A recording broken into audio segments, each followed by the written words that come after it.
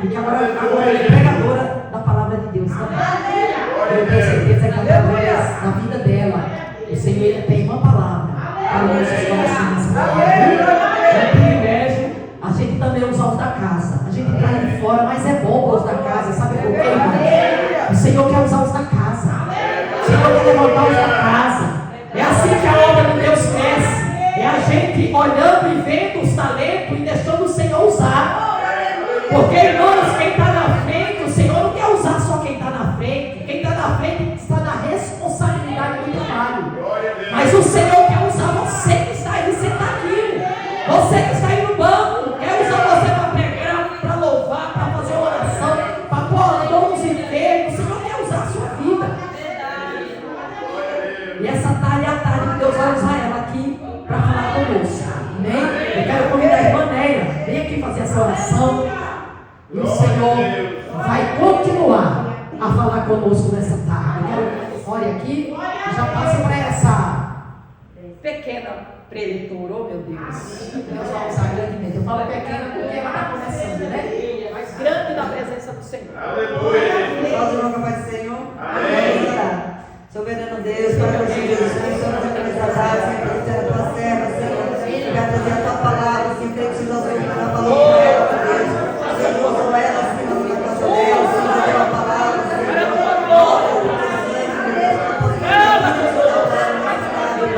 Em nome de Jesus, eu te pedi, Pai, continua a palavra da igreja, Pai, em nome do Pai, do Filho e do Santo. Aleluia. Amém, Jesus. Pai do Senhor, igreja.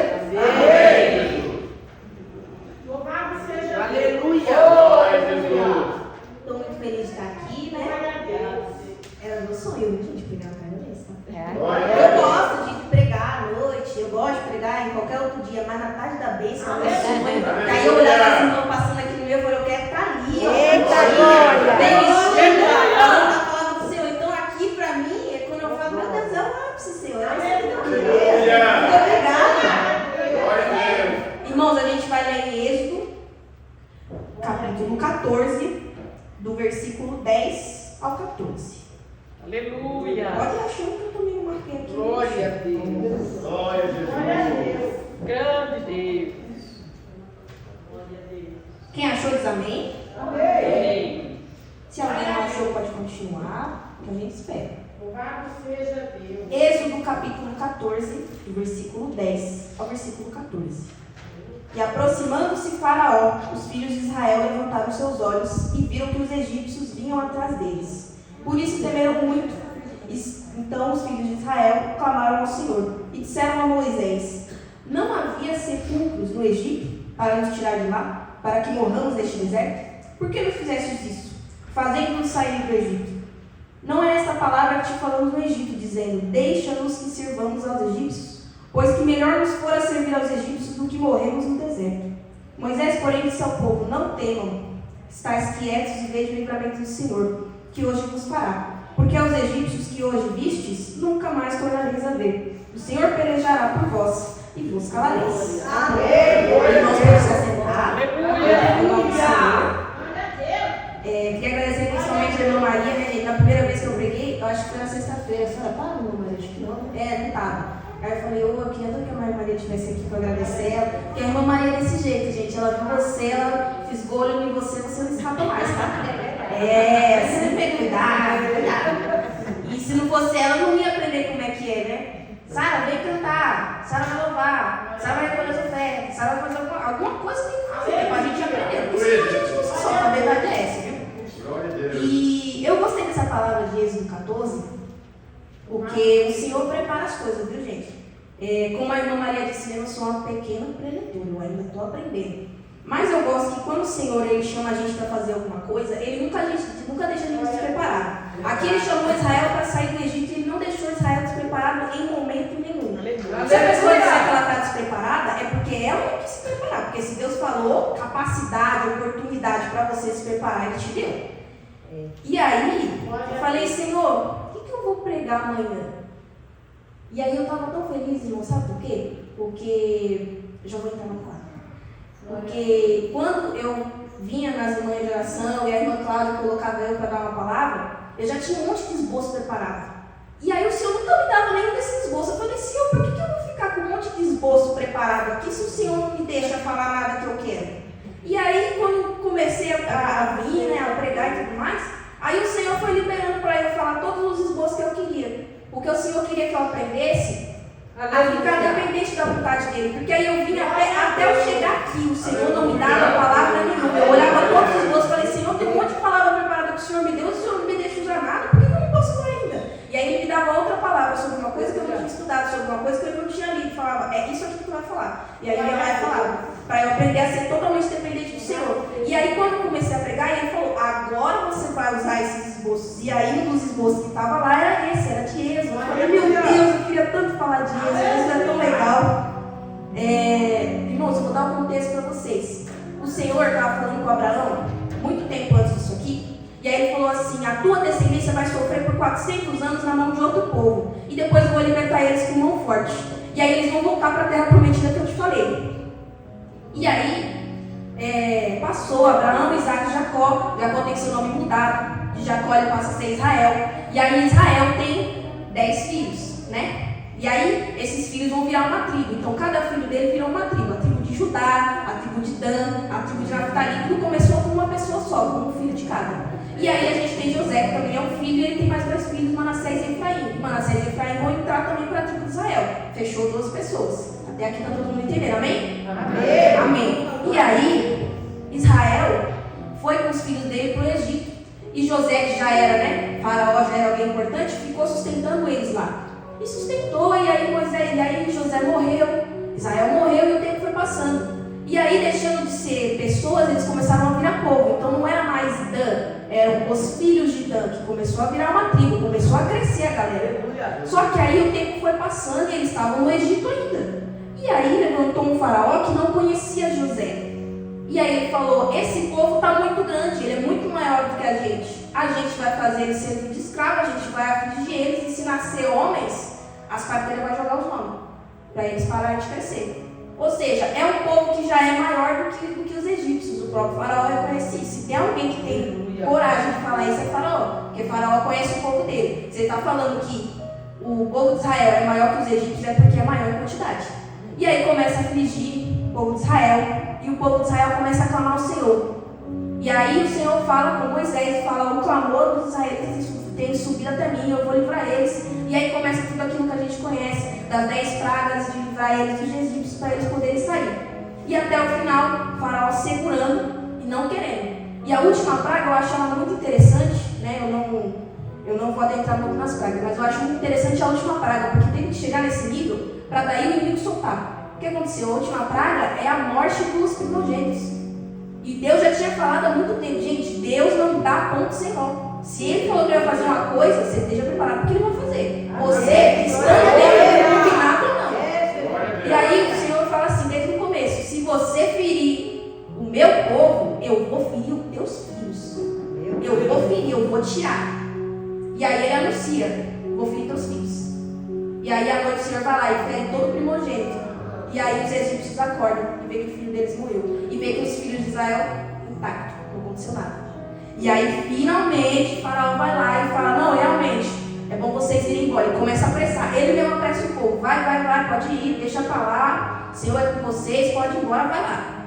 E aí o povo começa, né, a ir embora. Eles pedem vasilhas para os egípcios ali emprestar, porque eles não têm muita coisa, porque de novo eles são escravos, eles estão sofrendo. Quanto mais eles cresciam, mais eles sofriam. Então eles não tinham tanta coisa assim. E aí eles foram pedindo vasilha, né, para as egípcias, e elas foram dando, eles pegaram as coisas dele, jogou nas costas e foi embora. E aí o Senhor começa a guiar eles com nuvem, com tudo que precisa. Moisés e Arão estão ali preparados, guiando o povo, fortalecendo o povo sempre. E aí a gente vai falar agora da morte dos egípcios. Por quê? O povo já tinha saído, ele já estava liberado, estava tudo bem. E o Senhor já estava cumprindo o que ele falou, o quê? Eu vou livrar Israel, eu vou tirar vocês dos egípcios e vou levar vocês para uma terra que não leite mel. Vou tirar vocês com mão forte. Então o Senhor já estava cumprindo a promessa. Faltava só mais um pouco. E aí, eles estão lá e o faraó se arrepende. Ele fala, por que eu fiz isso? Por que eu soltei esse povo? E aí ele volta com o que ele fala, ele pega um exército gigante e vai atrás dos israelitas. E os israelitas vendo isso, eles ficam com medo. E aí eles começam a clamar ao Senhor. E é muito engraçado porque a gente vê que Israel não sabe muito bem o que está fazendo. Porque eles clamam ao Senhor e depois eles vão reclamar com Moisés. Ou você faz uma coisa ou você faz outra. Você fala com o Senhor o seu problema, é uma coisa. Agora você ir reclamar com, a pessoa, com os outros é outra coisa.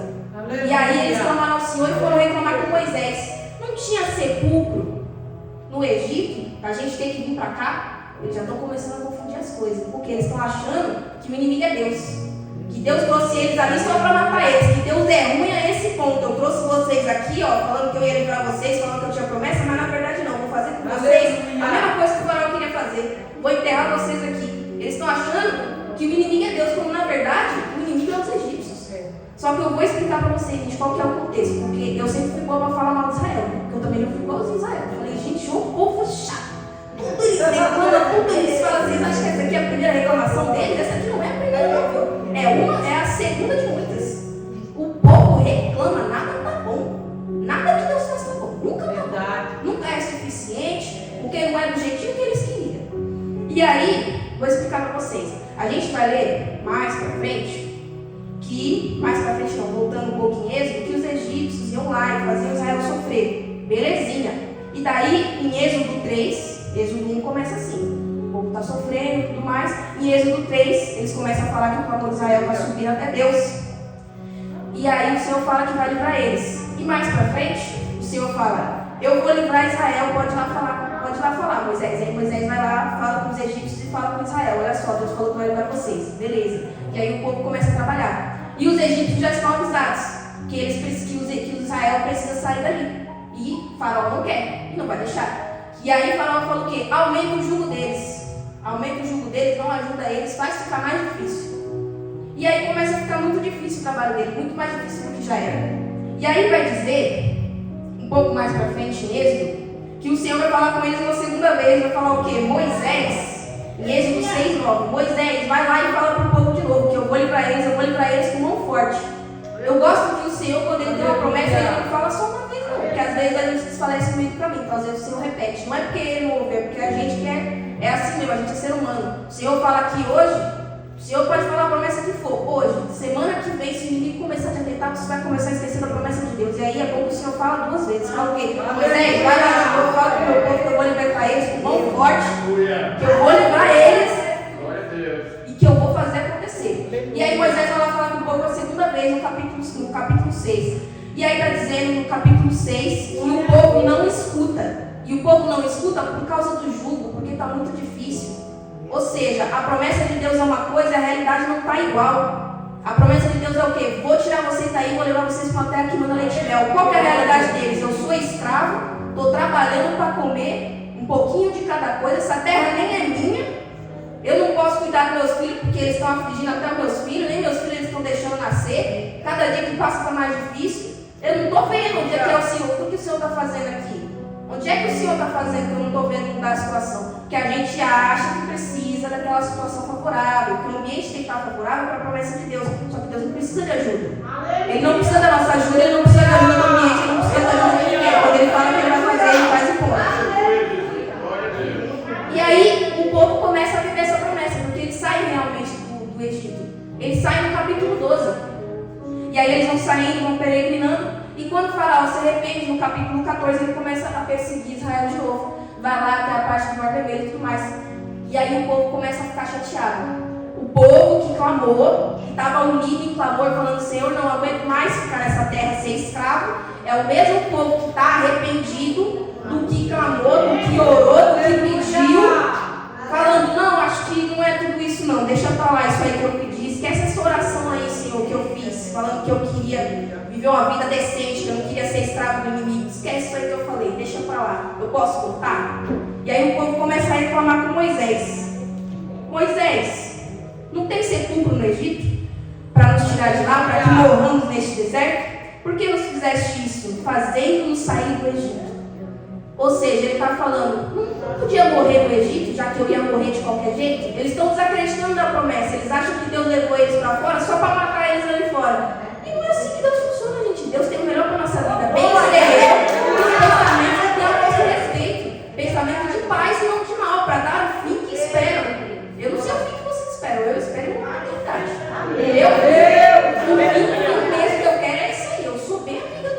para ir morar na eternidade. E o Senhor, ele não tem pensamento de mal para nossa vida. Quem pensa mal é a gente. Quem se arrepende é a gente.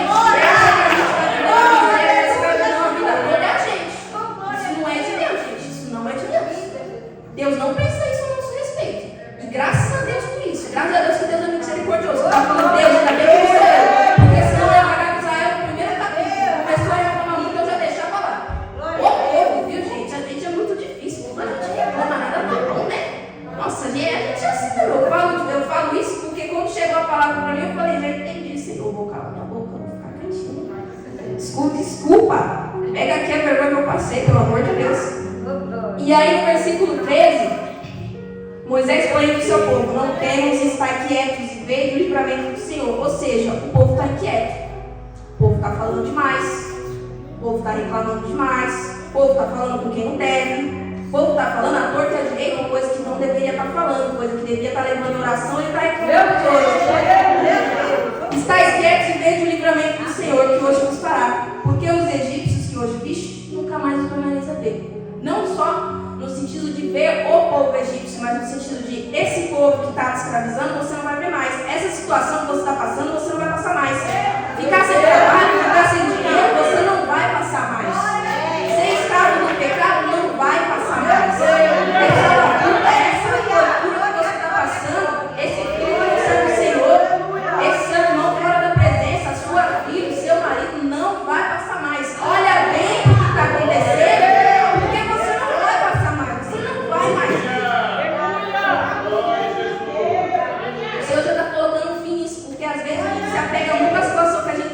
O Senhor prometeu, mas está tudo tão difícil. Às vezes as pessoas chegam para mim e falam, Sara, Deus prometeu que daqui a um ano vai acontecer isso, mas eu estou vendo que na minha vida não está funcionando. E aí, eu só posso orar por pessoas assim, porque é difícil mesmo. Porque também o Senhor, quando Ele falou que ia fazer na minha vida, eu olhei e falei, não está muito condizente assim, a realidade. Quanto mais o Senhor fala, mais difícil está ficando. Eu não sei se eu estou gostando, eu não sei se eu estou acreditando muito. E aí a gente só pode orar por essa pessoa, por quê? Tem os dois tipos, tem a pessoa que ela acredita na promessa, mas a vida desanima ela, porque é muito difícil, gente. Não vamos falar que não é difícil, a circunstância é difícil, o trabalho é difícil, o dinheiro é difícil, a casa é difícil, o filho é difícil, o marido é difícil, é tudo difícil. É verdade, é difícil mesmo, a gente é ser humano, a gente tem que aceitar essas coisas nossas. Mas também tem a pessoa que ela começa a ficar igual o povo de Israel, começa a ficar inquieta.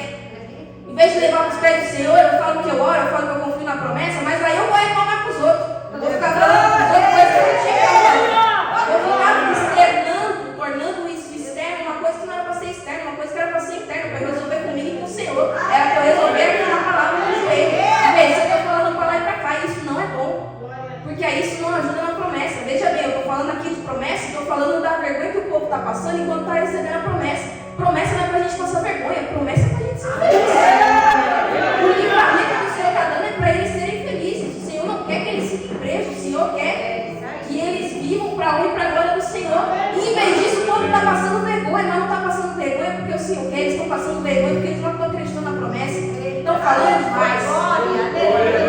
E aí vamos para o versículo 14: o Senhor pelejará por vós e vós calareis. Que é uma das coisas importantes que a gente tem que aprender aqui. Não pode ficar falando muito, né? E eu não estou falando de falar da promessa. O problema não é falar da promessa. O problema é que quando ela não sai do jeito que você quer externar com externa, não bota para fora. Chora no travesseiro, chora na sua casa, chora no banho, gente. Não externa, não bota para fora. Vai resolver no joelho, vai resolver com o Senhor, vai resolver com o nome da promessa. Gente, qual é o sentido de você ficar falando para os outros que a sua promessa que Deus te deu não está conforme o que você queria, sendo que a pessoa não tem a ver com isso? Meu Deus. Quem te deu a promessa foi Deus. Se não está bom, se não está do jeito que você queria, o que você vai falar? Fala com a vizinha? Não, fala com o Senhor, falar, Senhor, não está do jeito que eu queria.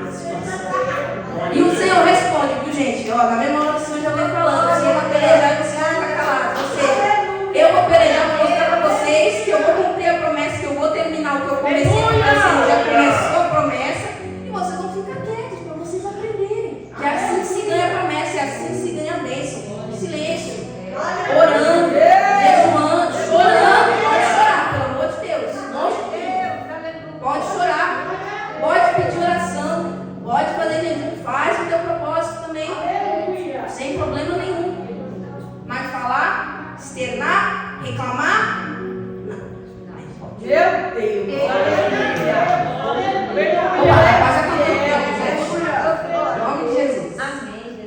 E aí eu notei as coisas que a gente pode aprender com isso. Primeiro, a gente não pode esquecer o que Deus fez pela gente. Nem o que Ele fez na cruz, nem a misericórdia que Ele tem com a gente a cada dia. Porque Israel estava literalmente no meio da promessa. Ele já tinha saído do Egito conforme Deus falou. A gente não pode se desesperar, a gente não pode esquecer disso. Se o Senhor tirou a gente do Egito, Ele não vai terminar a promessa de levar a gente para a terra prometida. Não faz sentido um Deus que promete uma coisa e Ele só faz metade de uma coisa, porque Ele não é filho do homem para mentir. Ele não é homem para mentir, nem filho do homem para ser arrependido. Não é assim que Deus funciona. Quem mente é a gente, quem se arrepende é a gente. Deus não faz isso não. Segundo, a gente tem que sustentar o que a gente pediu. Porque Israel pediu lá, começou a clamar ao Senhor. O próprio Deus falou, o clamor de Israel subiu a mim. E aí, começaram a reclamar. Quando o Senhor começou a fazer a promessa. Porque não era do jeito que eles queriam. Gente, é uma coisa que a gente tem que aprender. Se as pessoas não sabem, a gente tem que falar agora. Se Deus for ter um negócio para vocês vão sofrer, tá? Mas não é sofrer porque o Senhor quer, é sofrer porque você precisa aprender, e é sofrer porque nem todo mundo está se agradando muito da sua promessa. Ninguém está se agradando muito, que a sua realidade vai mudar e às vezes vai ficar melhor do que a pessoa que está do seu lado. Vai acontecer opressão, vai acontecer perseguição, e é bom você já estar avisado de antemão, porque eu já falei, o Senhor não dá ponto sem nó. Ele te deu estrutura para isso aí que Ele está fazendo na sua vida. Tá tudo bem. Tá tudo certo. Sara, mas a fulana se levantou. Tá tudo bem, é normal. É o esperado. E digo mais, ainda coopera pro bem. Ela cooperando pro bem, falando mal de mim, tá cooperando pro bem. Todas as coisas cooperam para o bem daqueles que amam ao Senhor. Se você ama ao Senhor, Ele te deu uma promessa. Até o mal tá cooperando a teu favor. Pode ficar tranquilo. Terceira coisa, quando Deus falou que vai ter vitória, quer dizer que vai ter luta também. Então, essa daí é a terceira coisa que a gente tem que lembrar. Vai ter luta, vai ter perseguição, a gente vai ficar triste, mas no final a promessa vai se cumprir e tudo vai acontecer para a honra e para a glória do Senhor. A gente não pode esquecer disso. Nem no começo, nem no meio da luta, e nem quando estiver chegando quase no fim. A gente só precisa atravessar o mar vermelho. É só isso que falta. O Senhor não vai a cabeça. É só continuar, gente. Vamos continuar. Durante a luta a gente tem que ficar mais quieto. É outra coisa que a gente tem que aprender. A gente não pode ficar falando muito não, reclamando muito não. Fala para a irmã tal, a fulana tal e a ciclana, até a vizinha está sabendo, só falta você gritar aos quatro cantos do mundo que a sua vida não está saindo conforme a promessa do Senhor. Não, gente, fica fechou aqui, fechadinho. Fechadinho. Glória a Deus. Não é uma coisa que a gente tem que, mais uma coisa que a gente tem que aprender, mas é um negócio para complementar o que eu falei. Quem fala muito acaba passando vergonha. Não fique falando muito, não. Olha o povo de Israel tomando madura no meio da promessa. Eu já falei, gente, promessa é pra gente receber, não é pra passar vergonha, mas a gente quer ficar falando, quer ficar ensinando a Deus fazer as coisas. Aí passa vergonha. Aí o Senhor vem e usa o vaso pra falar, você tá falando muito. Como que eu vou te dar a promessa assim? Calma. Para de falar um pouco. Para de falar com os outros, vem falar comigo. Para de reclamar e vem falar comigo. Fica quietinho, espere em mim, calma. Relaxa, tá muito afobado. Pera. Última coisa, a gente não pode se agarrar no que a gente sente. Igual eu falei pra vocês, Israel tá cativo, estão servindo no Egito, a gente sabe como as coisas são difíceis, a gente não pode negar que sofre, a gente não pode negar que é ruim. Gente, é ser escravo, é difícil. Você trabalhar para pagar um negócio numa terra que não é sua, você tem que torcer para o seu filho nascer mulher, porque se nascer homem, vai jogar embora seu filho, vai dar sumiço no seu filho. É difícil, uma terra que não é sua, com um povo que você não conhece, com deuses estranhos que você não serve, uma cultura que não é sua. É difícil, gente, é difícil. Mas a gente não pode se agarrar ao que a gente está vivendo agora. A gente tem que se agarrar ao que Deus falou. Eu sei que não bate. Ah, o Senhor falou que vai me tirar dessa vida.